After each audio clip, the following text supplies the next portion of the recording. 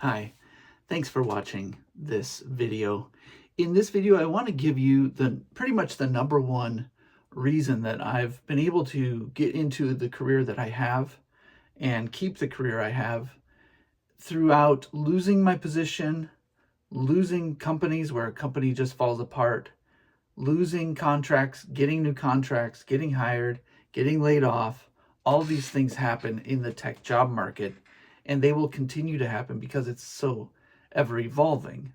The one key that I want to give to you today, it may sound obvious, but it may be something you really haven't held on to or conceived of, and that is persistence. Now, persistence is not just going fast, and persistence isn't just having an idea. Persistence is pushing forward no matter what happens and constantly re-examining your plan. Persistence includes being able to study hard, being able to set aside time each day or each week, depending on how you set aside time in your life and have little pockets of time during your regular job to study or prepare for your tech career. Persistence also includes being able to negotiate with your family, friends, even sometimes your current job and your manager there. And persistence is not just being dumb and stubborn.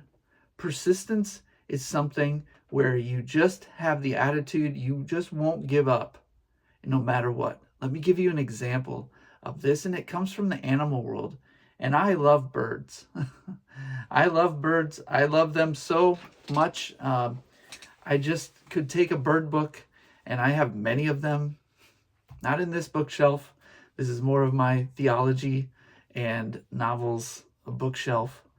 But in my bookshelf, I've got some, and I'll grab my bird book, and I'll sit down, and I will just read about birds. One year, I got a bird book for Father's Day.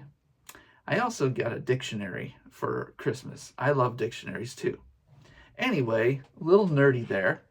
But when I look at birds, I see a lot of things. God has made birds to do very specific things at very specific times, even with certain types of GPS that we don't have yet. It's dealing with quantum mechanics, and we don't have that in our brain. We have something deeper that we don't understand yet. But what about birds? Well, today I had a robin. I noticed it right outside of my window in my living room. And if it wouldn't be a distraction, I'd show you video of this, but you can imagine a robin was being very persistent. And this robin didn't start within the last week. This robin has been trying to make a nest on a platform outside of my house, and it's about this wide, so turn like this. It's not wide enough for things to stay, so the robin will fly and grab twigs and grab straw and dead grass and try to put it on the platform and flatten it. And as soon as the robin gets done flattening the straw on the platform, the robin flies away, and everything that she tried to make into a nest just flies right off. And she's been doing this for, it's maybe been about 4 or 5 days, maybe a week, because I've noticed stains from the bird on the walk for about a week.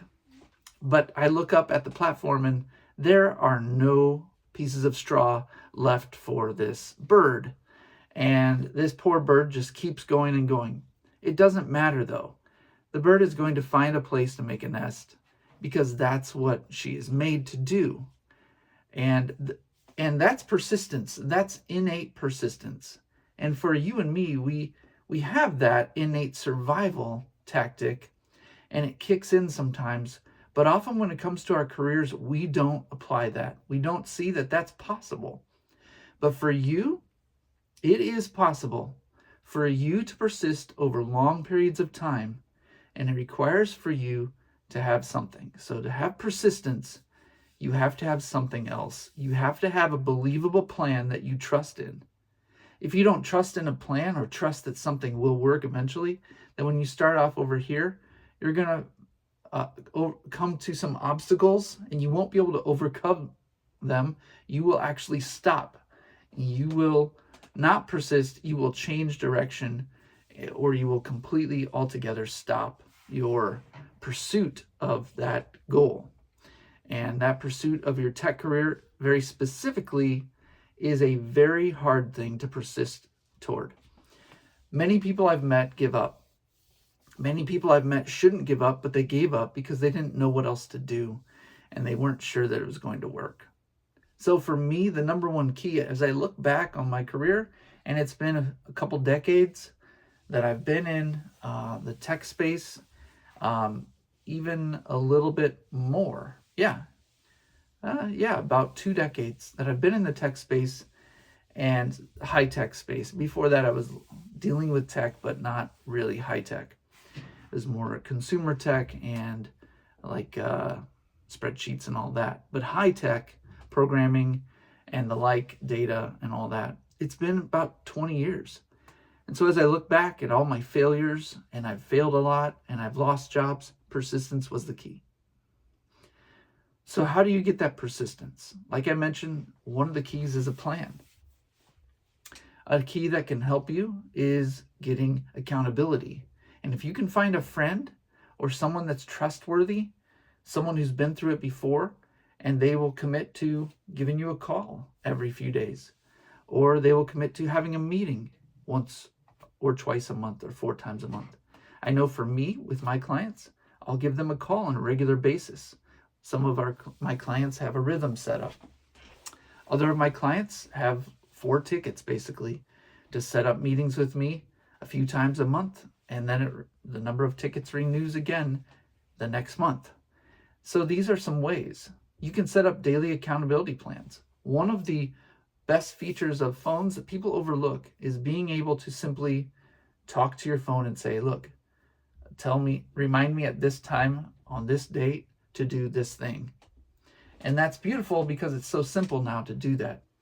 And you might overlook that because it seems too easy. But when you have the thought, today I should go study in that Coursera course, but you never do it, well, it's time for you to set a task through using voice on your phone. Tell Siri or whoever you have to remind you to study at a certain time of day. Without persistence, you will not get through. Now, let me clarify again what persistence is so you can go get it and you can use it. And maybe you already have it. Maybe that's why you're watching this, is because you're stuck a little bit. Persistence is like hope. It's the thing that draws you forward, even when you're staring at an obstacle or a wall. Without persistence, you can't get over obstacles, or you can't break through walls or look for a door in the wall. You will just think this is the sign, metaphysical or spiritual, that I should stop. The problem is, when we come up with ideas and hopes and dreams, sometimes those are also signs. Sometimes those are spiritual, metaphysical, or whatever. They are things that should draw us forward. They're just farther in the future. So when you come to an obstacle and you don't have persistence and you feel like just giving up, or that wasn't a good idea to pursue in the first place, that obstacle has now become your hope. Your hope is just to get through the obstacle, and you don't want to face it. You don't want to get over it. And so that becomes your hope. But when your hope is way out here and you just don't have all the steps, that doesn't mean it's invalid. That doesn't mean it's something you shouldn't do when you hit an obstacle. You need a plan. You need accountability.